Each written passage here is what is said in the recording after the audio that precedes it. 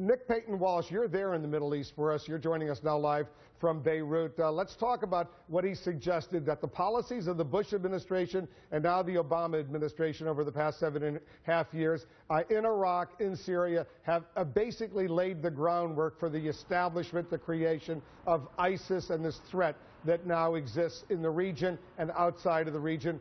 You covered that story for us. What did you think?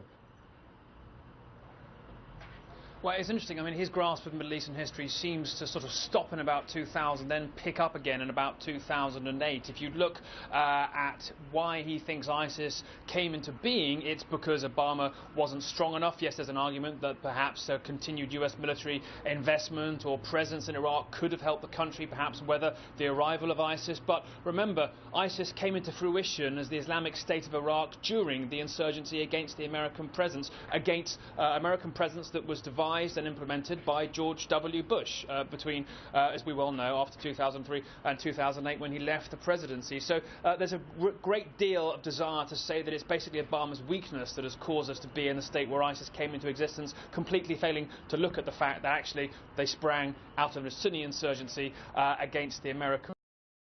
There. Some other interesting points he had to make too, suggesting that in fact ISIS in Libya now are, quote, making millions by selling oil they've got their hands onto to parts of Libya. Now that's a huge exaggeration to say the best. ISIS's current tactic is to disrupt the Libyan oil system. They've scared some platforms out of existence or operation. They've taken control of others. They may be selling some oil on the black market, but it's certainly not a million-strong daily trade, and it's the black market, definitely. It's a concern, but he went on to say that the US is doing nothing about it. Well, that's not true. We do know special forces are getting involved there. We do know there's a lot of surveillance over that country, and there have been US strikes there too. So a great simplification, but also one very dismissive take on the entire Arab Spring, where he basically said that many of the countries involved were countries that, quote, had no interest in becoming democracies. Well, we saw ourselves the great groundswell of people in the streets demanding change. Yes, it did not turn out the way that people had hoped, and perhaps history will say Barack Obama should have been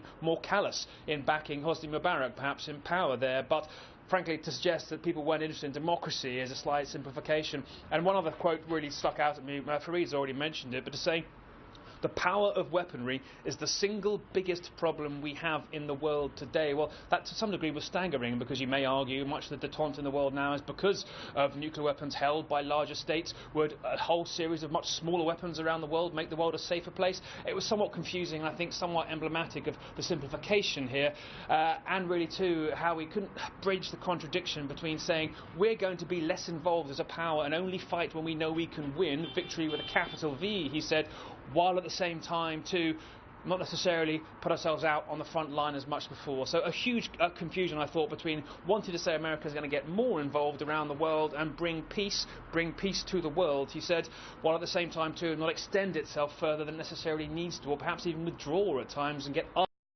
to do the fighting for it. Well, yeah. He said the military option would be the last option, the very last option. He would want diplomacy. He would economic power, all sorts of things before the U.S. commits troops.